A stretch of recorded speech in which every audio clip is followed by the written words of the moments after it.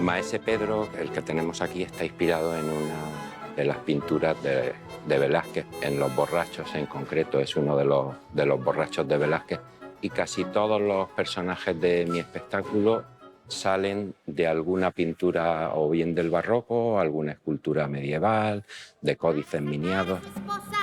Si bien estuviese metida en el más hondo centro de la tierra, y con esto se entra a armar para ponerse luego en camino.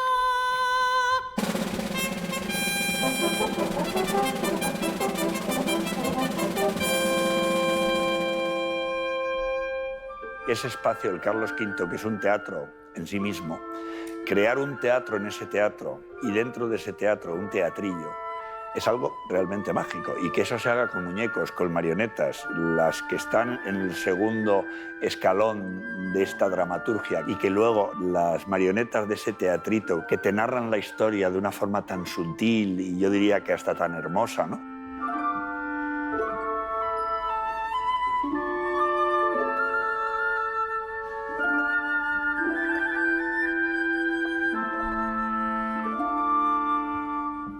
Yo tenía muy claro que en el año de la celebración del centenario de la composición del retablo de Maese Pedro había que hacerla como apertura del festival y además había que hacerla con esta producción de Enrique Lanz.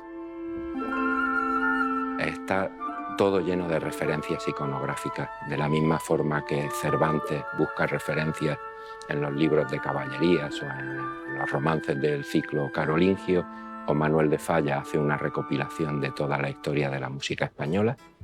Nosotros hemos intentado, desde la parte plástica, emular de la misma manera. Se dan muchas circunstancias en esta producción. El creador, el escenógrafo y el que ha ideado la producción, Enrique Lanz, es nieto de Hermenegildo Lanz. Y Hermenegildo Lanz fue el titiritero que pensó y fabricó o diseñó las marionetas en casa de la princesa de Pontignac en París, cuando se estrenó con presencia de don Manuel de Falla y de Banda Landowska tocando el clave.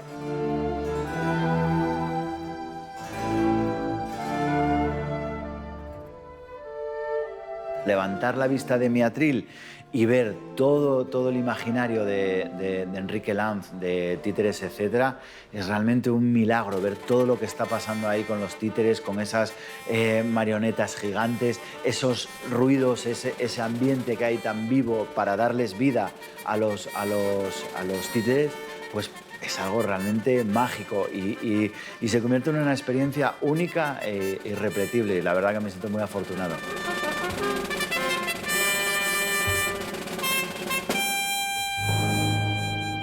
Falla para mí acoge este retablo como una especie de divertimento, ¿no? Como una especie de reto, donde de alguna manera yo creo que se pone a prueba él mismo con este texto, ser capaz de musicalizar este texto del Quijote, ser capaz también un poco de ese equilibrio de modernidad versus antigüedad.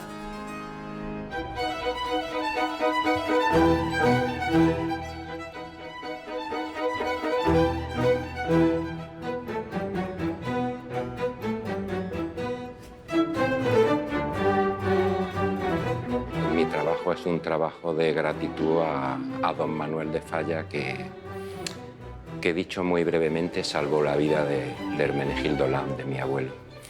No solo salvó la vida, sino que lo ayudó económicamente, incluso en los años más duros de posguerra y de la guerra, en los que se vio privado de empleo y sueldo. Entonces, para mí el retablo no solo sigo las indicaciones de Falla, tal como él le pedía a mi abuelo, releyendo las cartas como si me las escribiera a mí, sino que hay mucho más peso de la historia, que es emocional, familiar, personal. Lanz aprende en Madrid, viene a Granada y en Granada se convierte en un artista mucho más moderno que en Madrid. Y Lanz es un personaje que explica cómo desde una ciudad de provincia consigue desarrollar una estética plenamente moderna y con unas peculiaridades propias.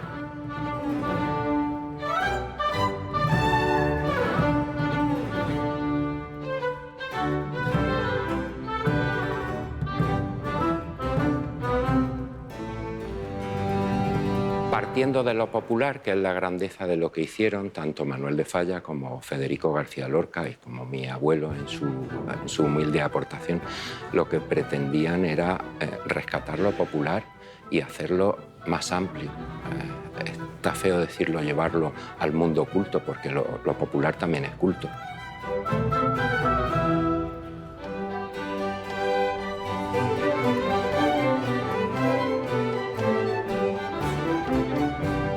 Manuel de Falla es una persona que adquiere un éxito muy notable en París, viene aquí a Granada a inspirarse y a encontrar tranquilidad, y todos los personajes de la Granada del Rinconcillo, ese grupo que es conocido sobre todo por Lorca, y surge una edad de plata dentro de nuestra ciudad.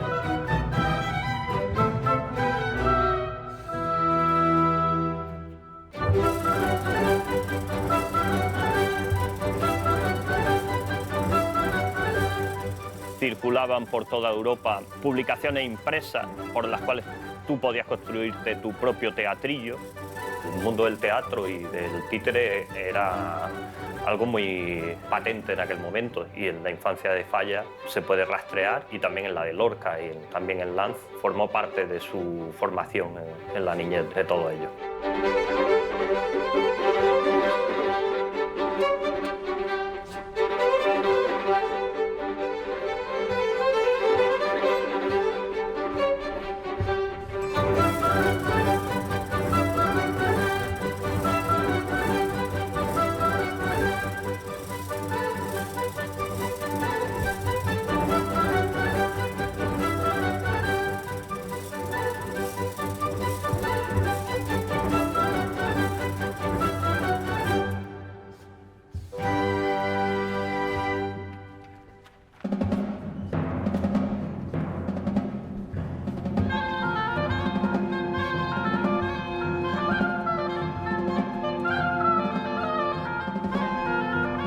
La necesidad de Falla de probar qué va a pasar en París, cómo vamos a hacer esto, cómo lo vamos a resolver escénicamente, algo que llevaba 4 años poniendo ahí toda su energía para terminar la composición, lo termina. No puede, por contrato con la princesa de Polignac, hacer ninguna prueba escénica anterior, entonces es cuando es el impulso para que al final Lorca consiga hacer títeres, que era un gran deseo suyo.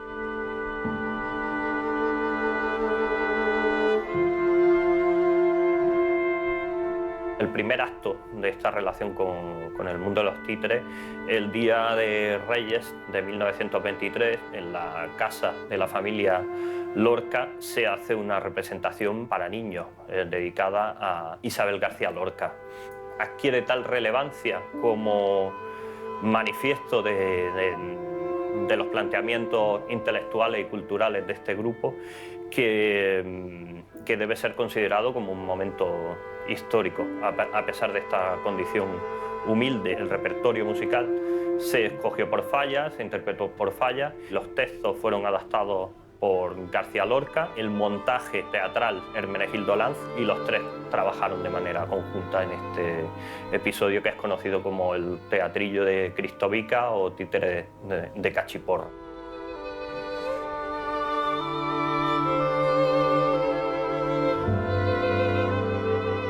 Hicieron los títeres de Cachiporra y utilizaron elementos que están en el retablo. Utilizaron algo que creían en ese momento atribuido a Cervantes, que son los 2 habladores. Utilizaron un auto sacramental, el auto de los Reyes Magos, la obra en castellano más antigua que se conoce.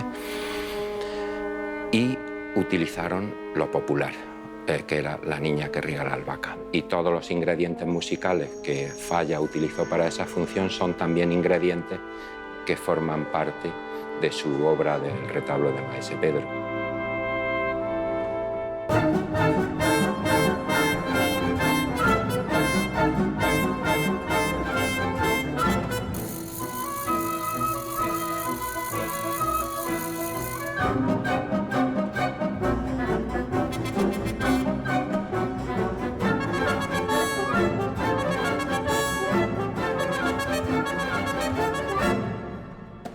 La música de Falla, como la de los grandes compositores, como la de Johann Sebastian Bach, como la de Georg Friedrich Händel, los tótems de nuestra historia de la música, son precisamente grandes porque son capaces de regenerar esa tradición. Es decir, con los elementos que llevan sonando siglos, con esos ingredientes, son capaces de hacer música que parece nueva. Entonces el retablo es una especie de milagro en 28 minutos y a pesar de que ya tiene 100 años, que ya son años para, digamos, para una composición musical de esas características, todavía no ha perdido un ápice de modernidad, de inmediatez y de ser capaz de subyugar al oyente a través de ese frenético ritmo desde el principio, ¿no?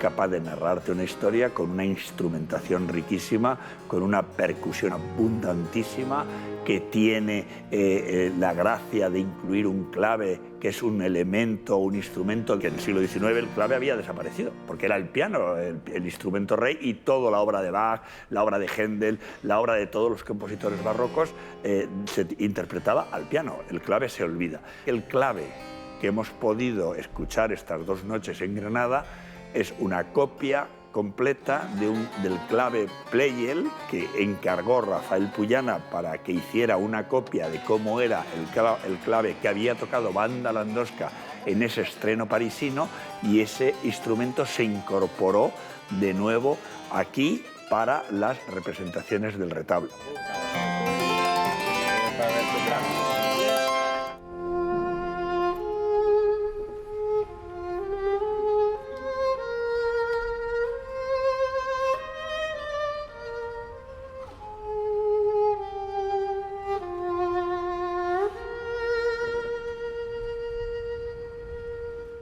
Nosotros hemos jugado con ventaja, porque ya hemos partido de todos los retablos, de estos 100 años de retablos, y he querido que los títeres no se quedaran en una anécdota detrás de una orquesta, sino que realmente dieran el pulso y el peso que merece la obra musical y la obra literaria. Por eso jugué con las escalas. Al final lo que buscamos con nuestra propuesta es lo que también buscaba Cervantes, es trastocar la percepción, diluir los límites entre la fantasía y la realidad, convertir de repente el enorme patio del Palacio de Carlos V en una humilde venta manchega, pues es un juego de percepción.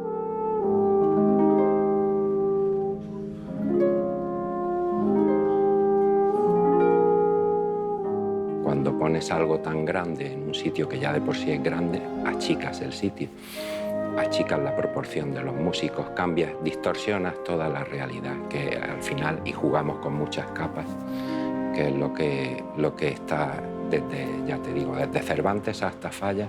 Ya la soberbia de vuestros perseguidores yace por el suelo, derribada por este mi fuerte brazo. ¿Y por qué no penéis por saber el nombre de vuestro libertador? Saben que yo le llamo Don Quijote. En este caso es la única vez que el Quijote confunde algo que es ficción y se lo lleva al plano de la realidad. En los demás casos, como el de los molinos, lo que confunde es la realidad y él crea la ficción. Que con sus desafíos, amores y batallas. El retablo de Maese Pedro es una miniatura. Y es una miniatura llena de muchos detalles, muy condensada, con muchos elementos.